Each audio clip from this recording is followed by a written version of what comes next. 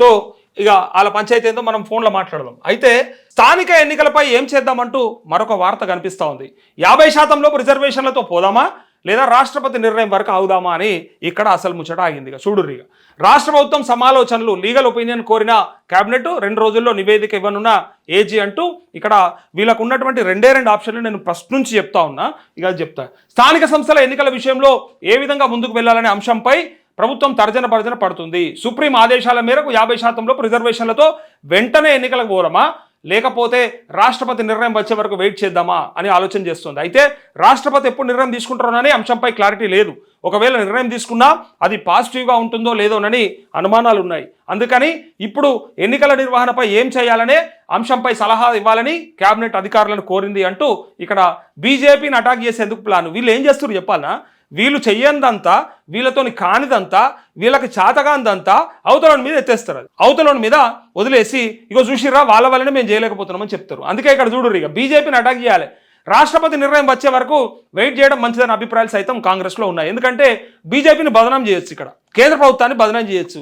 మేము చేయలేకపోతున్నామంటే మాది కాదు తప్పు, ఇది కేంద్ర ప్రభుత్వం అని చెప్పి తప్పించుకోవడానికి ప్రయత్నం చేస్తారు. అయితే ఒకవేళ గవర్నర్ పంపిన బిల్లును రాష్ట్రపతి ఆమోదించకుండా వెనక్కి పంపితే బీజేపీని అటాక్ చేయొచ్చనే చర్చ కాంగ్రెస్ వర్గాల్లో ఉంది. ఇప్పటికే బీసీ రిజర్వేషన్ల పెంపు కోసం బీజేపీ సహకరించడం లేదనే పదే విమర్శలు చేస్తున్నారు.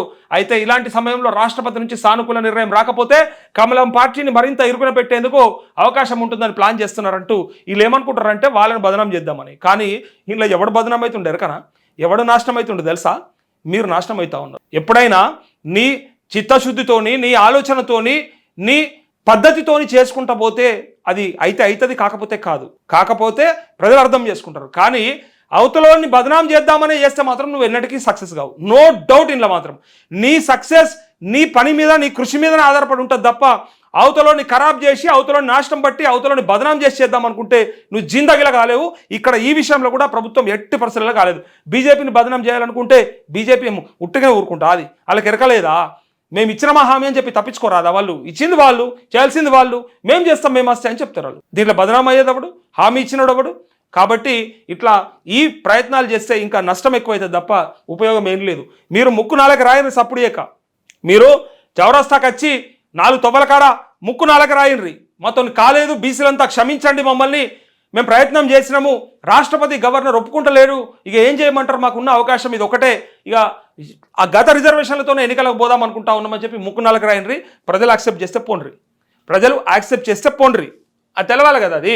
సో ఇక్కడ ఇందాక మనం మాట్లాడుతున్న మాట బీజేపీని అటాక్ చేసేందుకు ప్లాన్ అనుకుంటా ఉన్నారు. అయితే 2 రోజులు రిపోర్ట్ ఇవ్వండి అని అడుగుతున్నారు. సుప్రీంకోర్టు తీర్పు నేపథ్యంలో లోకల్ బాడీ ఎన్నికల నిర్వహణపై 2 రోజుల్లో న్యాయ సలహా తీసుకొని రిపోర్ట్ ఇవ్వాలని అధికారులను కేబినెట్ ఆదేశించింది. దీంతో అడ్వకేట్ జనరల్, సుప్రీంకోర్టు న్యాయవాది అభిషేక్ మను సింఘ్వితో కలిసి సంప్రదింపులు చేస్తున్నారు. సుప్రీం ఆదేశాల మేరకు 50% రిజర్వేషన్లతో ఎన్నికలకు వెళ్లడం తప్ప మరో మార్గం లేదని సంకేతాలు ఇచ్చినట్టు సమాచారం. పోతే ఆ రిజర్వేషన్లతో పోవడం తప్ప ఇంకొక ఆప్షనే లేదనేది ఇక్కడ ఒక మార్గం వాళ్ళకి కనిపిస్తా ఉంది. అయితే దీంట్లో ఈ 2 ఆప్షన్స్ ఉన్నాయి వాళ్ళ ముందు.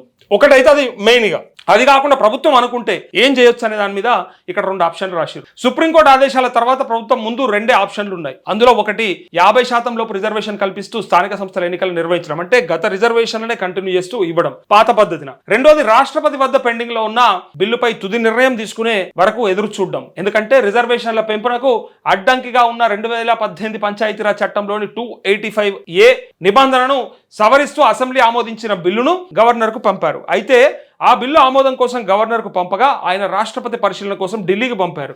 సుమారు 1 నెల రోజులుగా ఆ బిల్లు ఢిల్లీలోనే పెండింగ్లో ఉంది. దానికి ఎప్పుడు క్లియరెన్స్ వస్తుందో తెలియని పరిస్థితి నెలకొంది. అయితే రాష్ట్రపతి సైతం సుప్రీంకోర్టు ఇచ్చిన తీర్పులను దృష్టిలో పెట్టుకొని రిజర్వేషన్ల పెంపునకు గ్రీన్ సిగ్నల్ ఇచ్చే ఛాన్స్ లేదని లీగల్ ఎక్స్పర్ట్స్ అంటున్నారంటూ. ఇది ఎట్లుందంటే ఇటుకెళ్ళి అటు, అటుకెళ్ళి ఇటు, గంతే.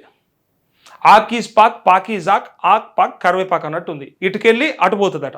ఇప్పుడు చూడండి, అసెంబ్లీలో చట్టం చేసి రాష్ట్రపతికి పంపిస్తే ఆయన మళ్ళా కోర్టు తీర్పు వచ్చేదాకానే ఆయన వెయిట్ చేస్తూ ఉన్నాడు. నిజంగా వీళ్ళు రాజ్యాంగంలో ఉన్నదని వీళ్ళ మీద పెడుతున్నారు. సుప్రీంకోర్టు ఏం చెప్తా ఉంది, అరే రాజ్యాంగంలోనే ఉన్నదా 50% దాటొద్దు అని చెప్పి వాళ్ళు అంటా ఉన్నారు. వీళ్ళేమో వాళ్ళ మీద, వాళ్ళేమో వీళ్ళ మీద, అందరు కలిసి చెవును మూస్తున్నారంటే నన్ను నడుమిట్లా. ఇలా ముందున్నటువంటి ఆప్షన్స్ ఇవి.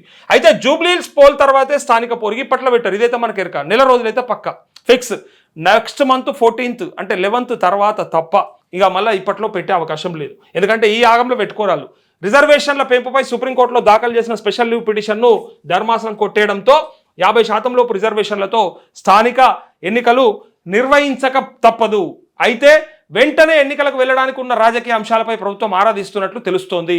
ప్రస్తుతం పార్టీ యంత్రాంగం జూబ్లీహిల్స్ ఉప ఎన్నికపై ఫోకస్ పెట్టింది. ఇలాంటి పరిస్థితుల్లో లోకల్ బాడీ ఎన్నికలు నిర్వహించడం సరికాదని అభిప్రాయాలు ఉన్నాయి. అందుకని నవంబర్ చివర లేదా డిసెంబర్ 2-3 వారాల్లో లోకల్ బాడీ ఎన్నికలు నిర్వహించడం మంచిదని కొందరు మంత్రులు కేబినెట్ సమావేశంలో అభిప్రాయపడినట్టు తెలిసింది అంటూ ఇక్కడ నిన్న కేబినెట్ మీటింగ్లా ఇప్పుడు ఈ టైంలో వద్దు, అవసరమైతే ఇగో అందుకని నవంబర్ లేదా డిసెంబర్ చూసిరు కదా, లాస్ట్కు ఇంకా ప్రియారిటీ చూసిరా, ఇక లాస్ట్కి ఈ ఎన్నిక ఈ నవంబర్లో అయిపోతుంది. ఫస్ట్ వీక్లో ఆ రిజల్ట్ వచ్చేస్తుంది. నవంబర్ అంతా వదిలేస్తారు, మళ్ళీ డిసెంబర్లో ప్రయత్నం చేద్దాం లేదా ఆ తర్వాత చూద్దాం అన్నట్టుగా ఇలా ఇక ముందర పడేటట్టయితే కనిపిస్తలేవు. ఎన్నికలు అయితే మర్చిపోండి, ఇక ఇప్పట్లో లేవు. వాళ్ళు చెప్పేదాని ప్రకారం అలా ముందున్నటువంటి ఆప్షన్లు ఈ ప్రకారంగా 50%తో పోదామా, రాష్ట్రపతి నిర్ణయం వరకు అవుదామా అనేది ఇక్కడ డిసైడ్ చేసిర్రు. ఇక వాళ్ళు లీగల్ ఎక్స్పర్ట్స్తోని ఆలోచిస్తూ ఉన్నారట, తీసుకుంటారట, ఒపీనియన్ తీసుకుంటారట. చట్టబద్ధంగా 42% ఇవ్వాల్సిందే, రిజర్వేషన్ కోసం బీసీ సంఘాల జేఏసీ డిమాండ్. రేపు తెలంగాణ బంద్ అంటూ ఇక్కడ తెలంగాణ బంద్కు సంబంధించినటువంటి ఈ వార్త ఇక్కడ చూడండి ఒకసారి.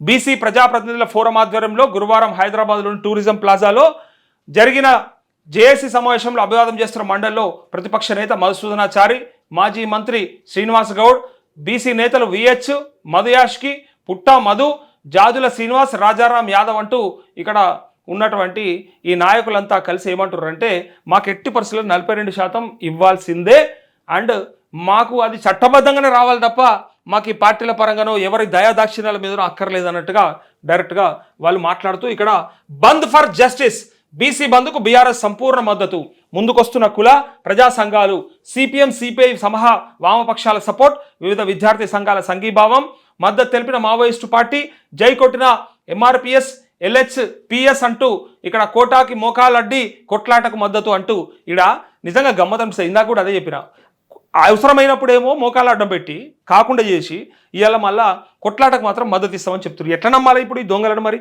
బంద్కు కాంగ్రెస్ మద్దతుపై బీసీల విస్మయం. నేను ఇందాక చెప్పిన కదా, విస్మయం కాదు, ఆగమైపోయారు. బీజేపీ కాంగ్రెస్ ఎట్లా సపోర్ట్ చేస్తుందా? అసలు రాష్ట్ర ప్రభుత్వం నుండి కేంద్ర ప్రభుత్వం నుండి మద్దతు తెలిపాల్సింది, వాళ్ళు చేయించాల్సింది, చట్టంగా రూపొందించాల్సిన వాళ్ళే ఇలా మేము మీకు మద్దతు తెలుపుతాం, రోడ్డు మీదకి వస్తామంటే మిమ్మల్ని అడిగేటోడు లేడా? అడుగుతారు బరాబర్. అయితే 42% రిజర్వేషన్లను రాజ్యాంగబద్ధంగా అమలు చేసి తీరాల్సిందని బీఆర్ఎస్ సహా బీసీ సంఘాల నేతలు డిమాండ్ చేశారు. సుప్రీంకోర్టులో స్పెషల్ లీవ్ పిటిషన్ కొట్టేసిన నేపథ్యంలో కాంగ్రెస్ సర్కారు తీరుపై బీసీలు రగిలిపోతున్నారు. రిజర్వేషన్ల అమలు విషయంలో సర్కారు అపసవ్య ధోరణిలో వెళ్తున్నదని మండిపడుతున్నారు. రాజ్యాంగబద్ధ అమలుకు ఎలాంటి ప్రయత్నం చేయకుండా బీసీలను మోసగించేందుకు జీవోల పేరిట కాలయాపన చేస్తూ వంచిస్తున్నదని ఆగ్రహం వ్యక్తం చేస్తున్నారు. ఈ నేపథ్యంలో శనివారం చేపట్టనున్న బీసీ బంద్కు సమాయత్తమవుతున్నారు. బీసీ ఉద్యమాన్ని ఉధృతం చేసేందుకు ముందు కదులుతున్నారు. కోర్టుల అభ్యంతరాల నేపథ్యంలో కాంగ్రెస్ సర్కారు చేస్తున్నంత డ్రామాని తేలిపోయిందని బీఆర్ఎస్ మాజీ మంత్రి తలసాని శ్రీనివాస్ యాదవ్ ధ్వజమెత్తారు అంటూ ఇక్కడ కాంగ్రెస్ డ్రామా బట్టబయలు. జీవోలతో కోటా సాధ్యం కాదని తెలిపాయి. జీవోలతో కాదు కదా, క్లారిటీ వచ్చేసింది కదా. జీవో తీసుకొస్తే అవుతుందా అనే అనుమానం ఉన్న వాళ్ళందరికీ ఒక క్లారిటీ వచ్చేసింది. 42% రిజర్వేషన్లతోనే ఎన్నికలకు జరపాలి అంటూ ఇక్కడ వీళ్ళ కోరిక. చట్టబద్ధత కోసం 9వ షెడ్యూల్లో చేర్చాలని చెప్పి అంటా ఉన్నారు. సో పార్టీల పరంగా అంటే ఒప్పుకునేదే లేదు. ఇదే విషయాన్ని శాసనసభలోనే చెప్పాం. ప్రతి బీసీ రేపటి రాష్ట్ర బంధువులు పాల్గొనాలి అంటూ మాజీ మంత్రులు తలసాని వి శ్రీనివాస్ గౌడ్ అంటున్నట్టుగా ఇక్కడ ముచ్చట. ఈ ముచ్చట మనందరికీ తెలుసు. వీళ్ళు పార్టీల పరంగానన్నా వెళ్తారేమో అనే ఒక అనుమానం ఉండే. ఇందాక ఒక కాలర్ కూడా రాజన్న కామారెడ్డికి వెళ్ళి మాట్లాడాడు, ఆయన కూడా అదే చెప్పాడు, పార్టీల పరంగా ఇస్తారేమో. పార్టీల పరంగా ఇస్తే అస్సలు ఒప్పుకోరు. ఇప్పుడు ఇచ్చేదేదో కరెక్ట్గా ఇస్తేనే అది చేరుతుంది. ఒకవేళ పార్టీల పరంగా ఇస్తే ఏమవుతుంది? ఇప్పటి మట్టుకు వస్తుంది, తర్వాత మరి అన్ని పార్టీలు ఒప్పుకుంటాయా? అన్ని పార్టీలు ఇస్తాయా? మరి నిజంగానే అది సాధ్యమవుతుందా? ఆ తర్వాత మరి రాజ్యాంగబద్ధంగా లేదని మళ్ళీ కోర్టుకు వెళ్తే మళ్ళీ అది కూడా కొట్టుడు పోదన్న గ్యారంటీ ఏమైనా ఉందా? పార్టీల పరంగా ఇచ్చుడు మా ఇష్టమని మీరు అనొచ్చు, కానీ ఇది కూడా మరి ఏదన్నా లీగల్గా ఒపీనియన్ తీసుకొని లేదు ఇందులో కూడా ఏదైనా తప్పు దొరికితే అట్లా చేస్తారు, అట్లయినా కూడా మేము నష్టపోతున్నాం కదా అని చెప్పి ఎవరన్నా వేరే వర్గాలు పోయి మళ్ళీ కేసులు వేస్తే మళ్ళీ ఆగమైపోతుంది కదా. అందుకే పార్టీల పరంగా పోలేరు. వాళ్ళకు ఉన్నదల్లా కేంద్ర ప్రభుత్వం మీద ఒత్తిడిని తీసుకురావాలి, కేంద్ర ప్రభుత్వాన్ని బదనామని చేయాలి ఎక్కడికి వెళ్ళి. అప్పుడు మాత్రమే వీళ్ళకి ఎన్నికలకు పోవడానికి ధైర్యం అవుతుంది, ముందుకు వస్తారు. లేకపోతే అప్పటిదాకా కాదు. సో రేపైతే బంద్ ఉన్నది, ఆ బంద్కి మద్దతు తెలపాలి బీసీలు అందరని చెప్తా ఉన్నారు ఇక్కడ వీళ్ళు.